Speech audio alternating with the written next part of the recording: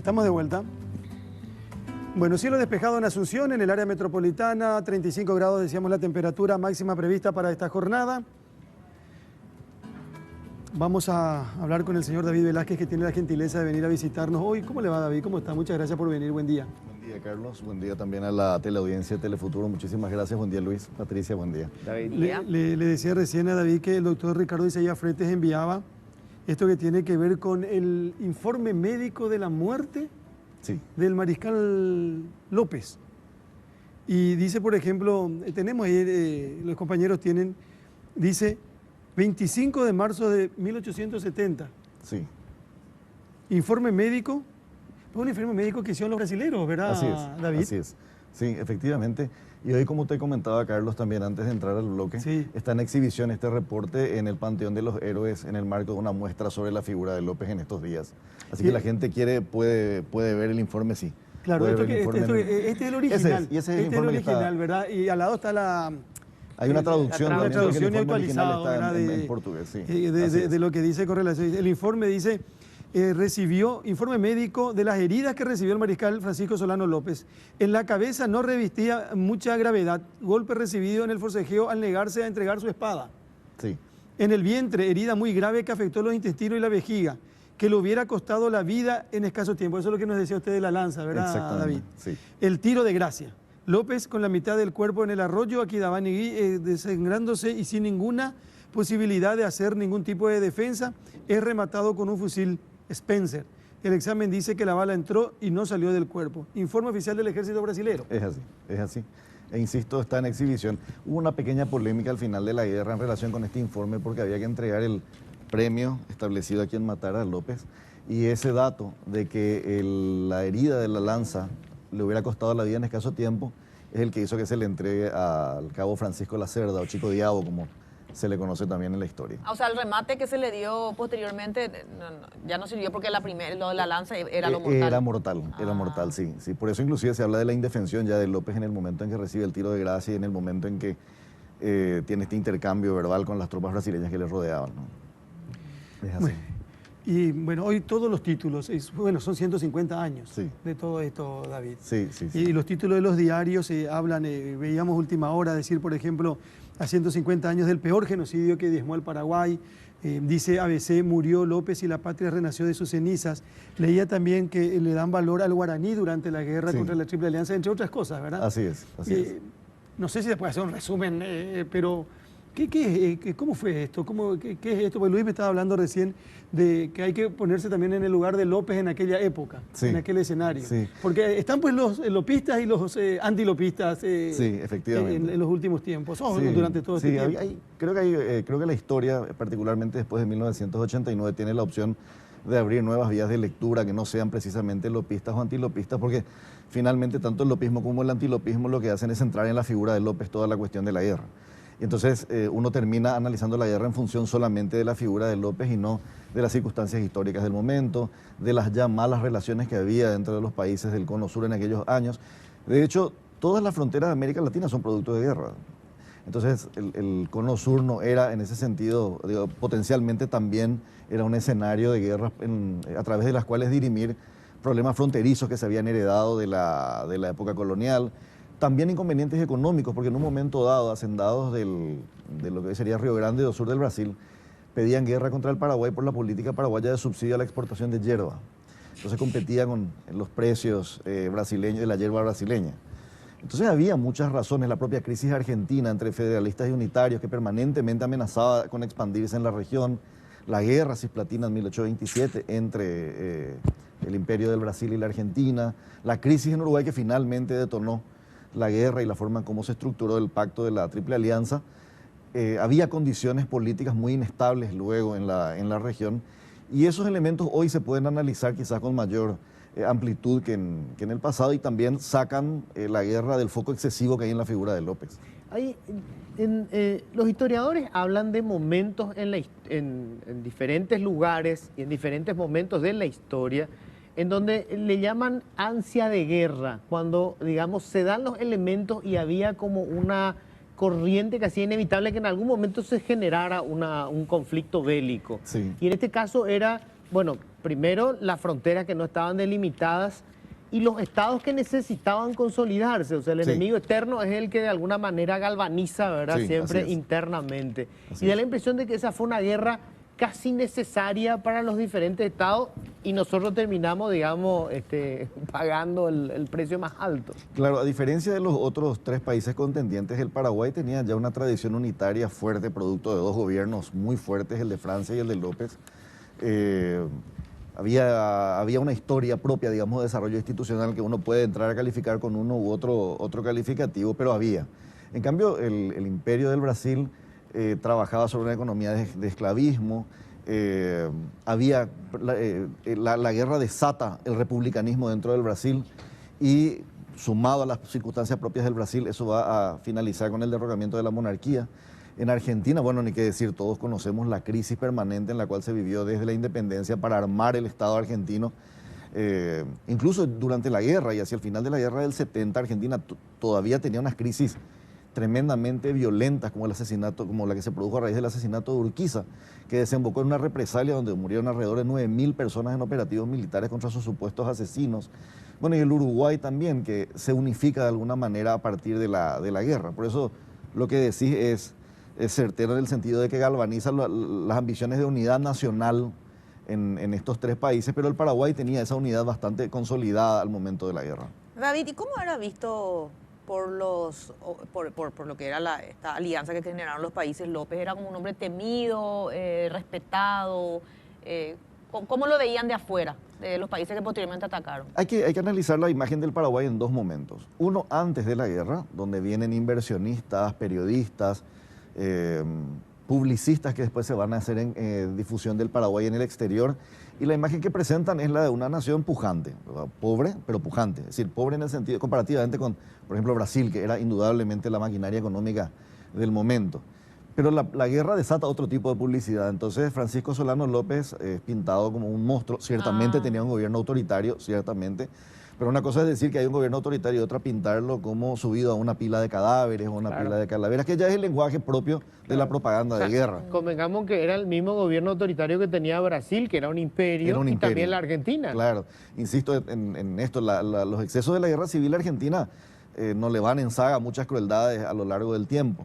Entonces, pero hay una propaganda de guerra. También desde el lado paraguayo la propaganda de guerra presentaba a los brasileños como bárbaros esclavizados, dueños de un imperio esclavócrata, a los argentinos como incapaces de unirse, Claro. o lo que era peor, subordinados a los intereses del Brasil. Claro. Aquello Aquello de la primera víctima de la guerra siempre es la verdad. Es la verdad, exacto. Por eso creo que hay que hacer esa distinción y también dentro de la distinción hay que hacer el análisis de qué es lo que quieren transmitir los informes acerca de uno o de otro país, porque Paraguay por su estabilidad era un país interesante de venir a visitar y todo el mundo llamaba la atención sobre la estabilidad. Uno dice no tenía sistema de partidos. Bueno, el sistema de partidos había ocasionado la guerra civil en Argentina, no era objeto de una valoración tampoco demasiado o necesariamente positiva, ¿verdad? Entonces, depende de lo que uno quiera pintar, pero hay como 2 momentos de la imagen de López. Y después de la guerra, sí, López proscripto oficialmente en el Paraguay, es desnaturalizado, declarado enemigo asesino de su patria y enemigo del género humano. Y esa proscripción dura hasta su reivindicación absoluta el 1 de marzo de 1936, cuando se le declara héroe máximo de la nación. Ahora, esto fue terrible es lo más grande y lamentable que tuvo América del Sur, ¿verdad, David? Fue la guerra más grande de América del Sur. Tuvo la batalla más grande de América del Sur, que fue Tuyutí. Y para el Paraguay fue una catástrofe demográfica difícil de describir porque obviamente todos tenemos respeto por las víctimas de esas guerras, pero también si hacemos una evaluación económica, se perdió todo el potencial económico del Paraguay. Territorialmente pierde el 25% de su territorio, entre ellos los yerbales, la fuente más importante de su riqueza. Pierde la mano de obra, maestros, herreros, carpinteros, toda la productividad del Paraguay se va con esas vidas también. El país queda para su reconstrucción en manos básicamente de mujeres y de niños. Que eso inclusive en 1920 en un artículo del New York Times destaca que a raíz del final de la Primera Guerra Mundial dice que buscar un país ejemplo de recuperación para Serbia, pensaba el New York Times, y menciona el Paraguay. Y dice en 50 años hoy el Paraguay tiene los mismos índices de productividad de aquellos años, pero habla del Paraguay de la guerra y menciona el caso específico de las mujeres y los niños. Ahora, ¿por qué una guerra de esa magnitud en Sudamérica nunca tuvo la atención que tiene, por ejemplo, lo que sería su contraparte en el norte, sería la guerra de secesión en los Estados Unidos? Sin embargo, digamos, aquello está permanentemente en debate. Sin embargo, esta es una guerra como que disfrazada, tapada, de alguna manera encajonada para que no se volviera a hablar de ella. Es una pregunta interesante. Yo tengo la impresión de que costó hablar de la guerra al final mismo de la guerra, porque si bien es cierto que los países de la región como Perú, Colombia o Bolivia emitieron declaraciones de solidaridad a favor de Paraguay, porque además estaban amenazados también por el Brasil, creo que esa misma amenaza brasileña hizo que la propaganda, entre comillas, de la guerra o las versiones de la guerra fueran disminuyendo.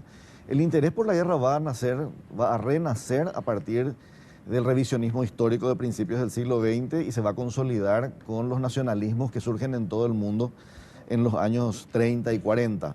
Entonces ahí vamos a ir a una revisión de los supuestos de la guerra, se va a introducir los temas que no formaban parte del aparato conceptual anterior, como por ejemplo el del imperialismo o el subimperialismo brasileño.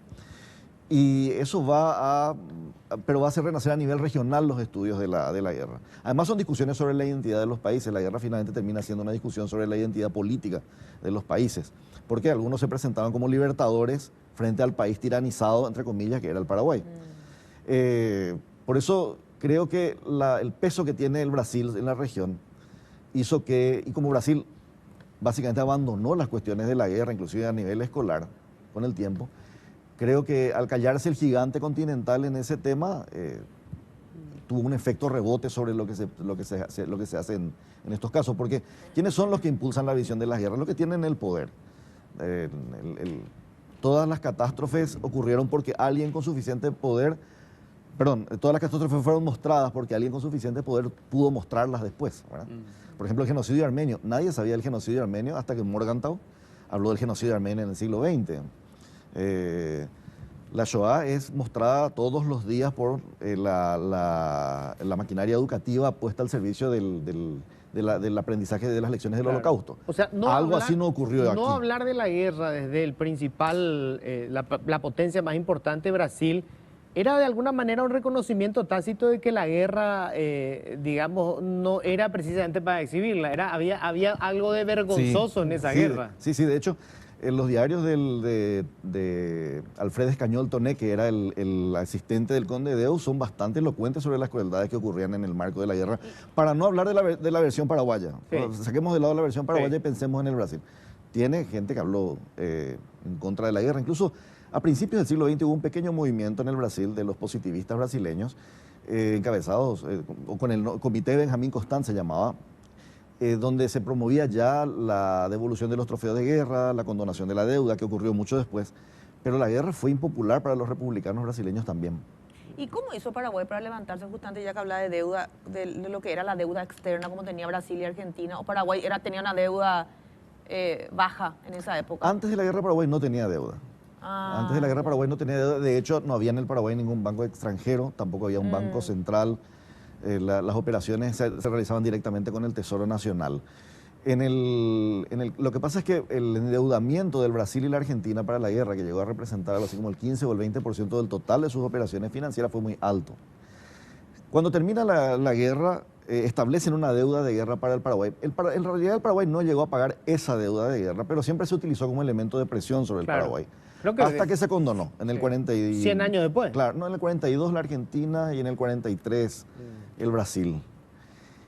Pero se utilizó como elemento de presión, digamos, durante 72 años sobre el Paraguay. Lo que el Paraguay pagó siempre fue la deuda de un préstamo posterior hecho en Inglaterra de 2 millones de libras esterlinas, cuyos intereses fueron siderales y se terminó de pagar en 1961. Pero eso posterior a la guerra. Sí, pero pero era una deuda tomada a raíz de la guerra. Claro. O sea, un país exhausto, desarmado, destruido. Un crédito que en la mayor parte no llegó nunca al país. No llegó al Paraguay, no. O sea, un crédito leonino. Es la historia. Claro, llegó algo así como menos del 10% al país. y el resto quedó en manos de los, entre comillas, Intermediarios. intermediarios que Sí. operaron para la obtención de un crédito. Qué bárbaro. Entonces eso fue dramático sobre la economía paraguaya durante un poco más de casi 100 años. Qué bárbaro. Si bien es cierto, estamos hablando de una guerra, ¿verdad? Y duró más de 5 años. ¿Por qué tanta crueldad con niños, con mujeres? Porque mataron niños, violaron mujeres. Eso se hizo. Sí, los niveles de ensañamiento con la población civil entiendo que son muy propios ya de cuando la guerra había perdido todos los códigos, particularmente después de la resistencia desesperada de Humaitá, en el caso del Paraguay, con el asedio a Humaitá y la pérdida de este bastión defensivo clave para mantener el control del río y mantener de alguna manera las comunicaciones con el frente de guerra. La guerra entra en una etapa de crueldad que es, digamos, con pérdida de prácticamente todos los códigos, ¿verdad? Ahora, también hay que pensar, y esto es polémico decir, y hay que decirlo con mucha delicadeza, que los niños eran reclutados en las guerras en aquel momento en todo el mundo. En Chapultepec existe también el altar de la patria de los mártires de Chapultepec, de los niños que en la guerra mexicano-americana tomaron también las armas para defender a México. En Rusia había todo un batallón de niños desde los 12 años enrolados para los ejércitos del zar. Estaban los cabitos de Lima, después de la guerra digamos, de la guerra de la Triple Alianza. En la guerra del Pacífico también actuaron los cabitos de Lima, en el Perú.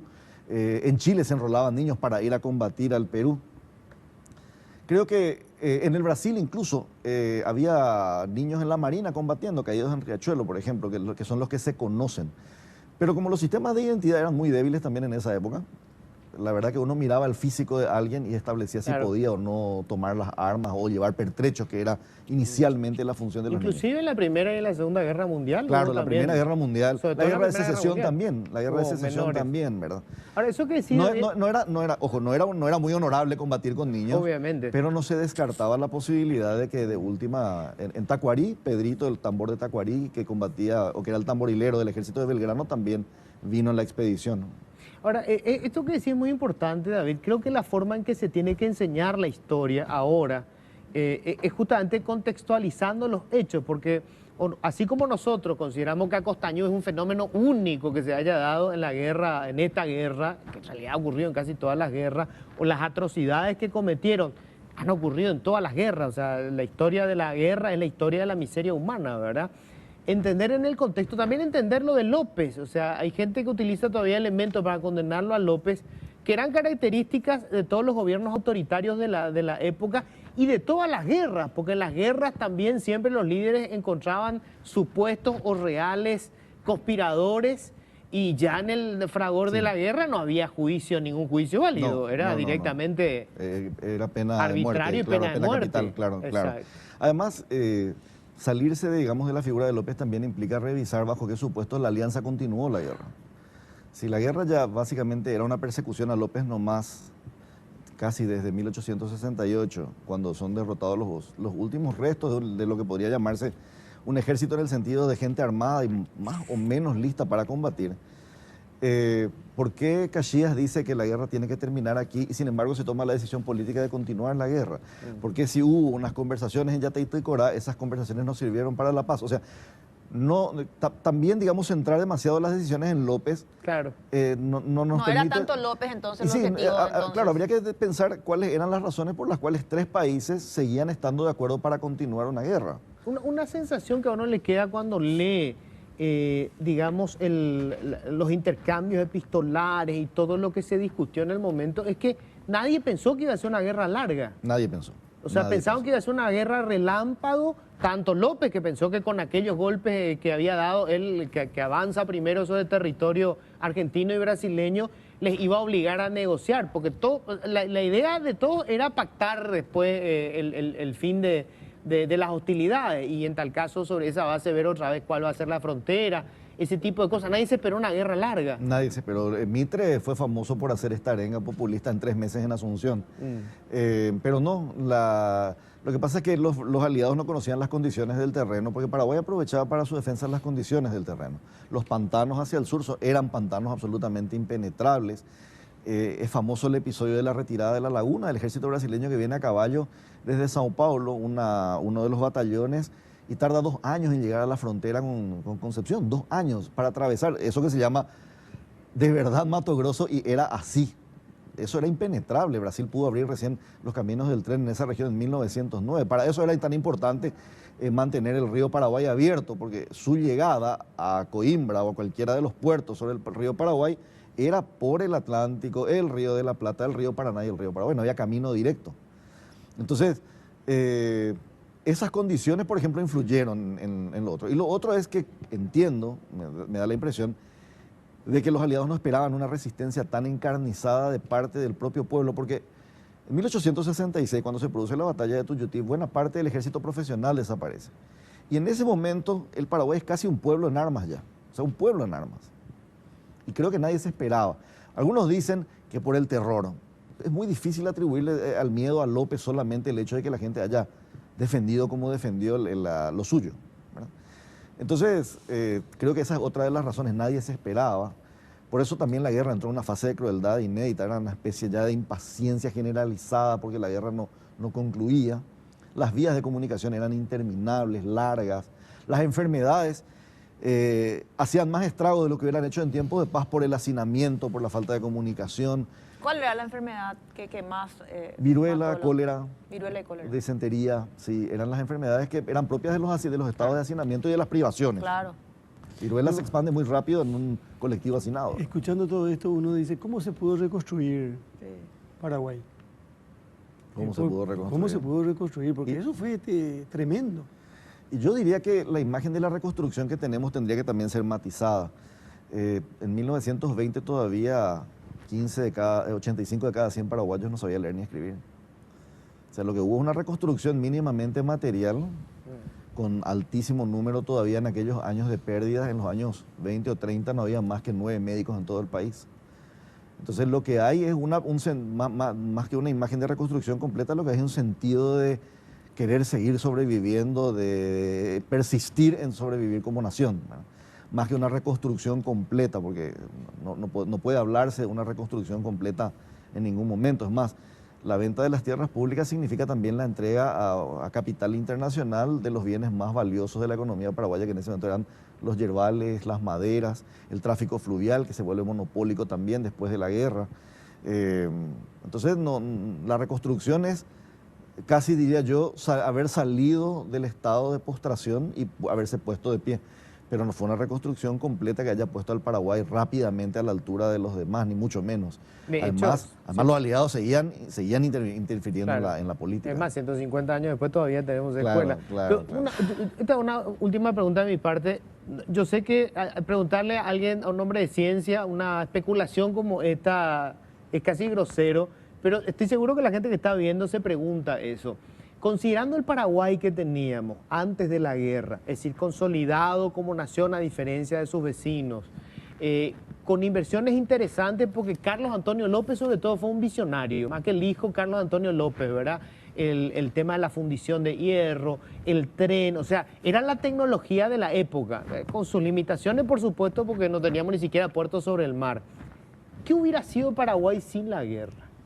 Eso es, le llamamos contrahistoria, el que hubiera sido sí. Es difícil determinar, posiblemente hubiera sido quizás un país más moderno, porque además López cambia, por ejemplo, el perfil de los becarios que van a Europa, reemplaza a los que fueron a temas de humanidades y formación como en el campo del derecho, por gente que va a formación más industrial. Posiblemente era parte de un proyecto de modernización autoritaria, posiblemente, de hecho se endureció el autoritarismo en la época de Francisco Solano López, con mayores controles ideológicos sobre la población, menores márgenes para el disenso.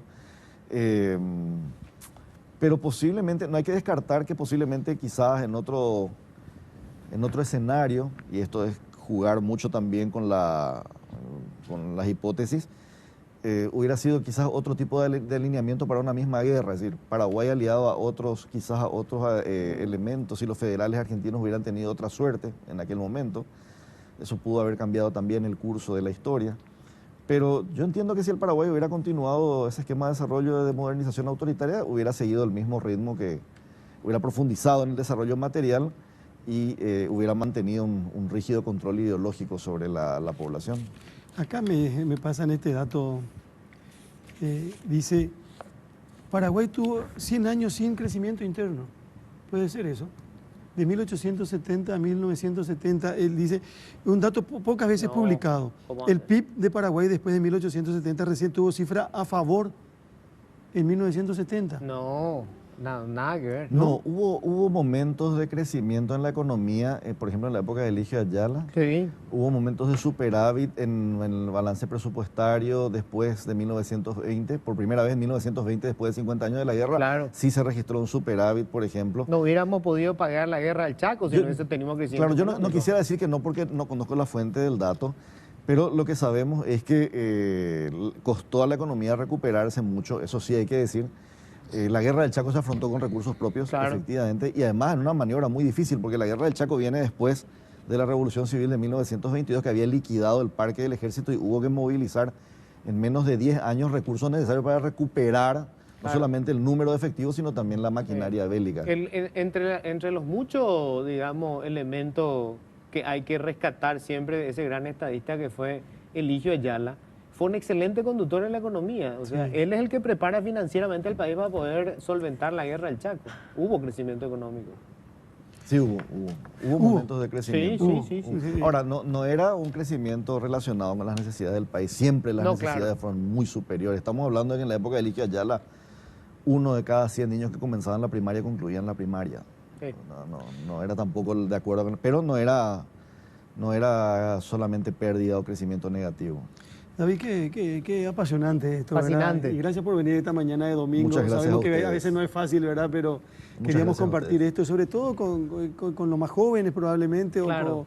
o con mucha gente que repite, porque acá pues, más allá del lopista o el antilopista, hay una cuestión que tiene que ver con un país que fue destrozado. Sí. Y, sí. y esa capacidad de reconstrucción que pasaron los años y uno sigue vigente la figura del Mariscal López. Sí. ¿eh? Fíjense cómo sigue vigente. Sí, Yo sí. sé A que favor o en contra de lo que quiera, Claro. pero... Yo rescato, Carlos, la aparición de David Velázquez y otros historiadores revisionistas que sobre todo toman el lado científico de la historia, ¿verdad? Poner otra vez en su lugar los hechos, porque conocer la historia es fundamental para entender tu presente y también para proyectarte al futuro, ¿verdad? Si vos no tenés raíces... ¿Puedo cometer el pecado de discrepar, Luis, contigo? Sí, Yo no utilizaría la palabra revisionismo porque revisionismo significa la revisión por la revisión misma. no, claro. Nosotros tratamos simplemente de volver a verificar si lo que escribieron historiadores anteriores tiene sentido. Hay nueva documentación, hay nuevos archivos abiertos y eso tiene que cambiar, lógicamente, la mirada que tengamos de los hechos del pasado. Digo nomás hago esa puntualización. Claro, porque mucha gente confunde revisionismo con cambiar la versión de la historia. Claro, no. No necesariamente. La revisión puede conducir a confirmar lo que ya sabíamos mismo. también, ¿verdad? La revisión en ciencia es una actitud permanente. Así mismo. Acá la gente sigue preguntando y no quiero desaprovechar, David, esta presencia tuya. Dice, hubiéramos podido ganar la guerra de la Triple Alianza o por lo menos forzar un acuerdo. Y agrega, la batalla de Riachuelo no fue determinante para nuestro fracaso. Riachuelo fue determinante porque se perdió el control de la salida hacia el Océano Atlántico. Mientras Humaitá estuvo en pie, el Paraguay controló el río Paraguay y podía movilizar recursos hacia el frente de guerra. Riachuelo fue decisiva en términos de pérdida de control del paso hacia el exterior, digamos, hacia el estuario del Río de la Plata y hacia el Atlántico, efectivamente. Ahora, decir si se podía o no ganar la guerra es difícil determinar. Lo que pasa es que la población, por ejemplo, brasileña era abrumadoramente superior. Brasil podía movilizar recursos indefinidamente. Argentina, su crisis política no le permitía quizás hacerlo con la misma... De hecho, Brasil es prácticamente que termina la guerra y lleva la carga final de la alianza. Y tenía capacidad para movilizar recursos. Los barcos paraguayos, muchos fueron confiscados, comprados en Europa, fueron confiscados en puertos brasileños o en puertos argentinos porque Paraguay había perdido la posibilidad de luchar por el control del río después de la batalla de Riachuelo. Es difícil decir.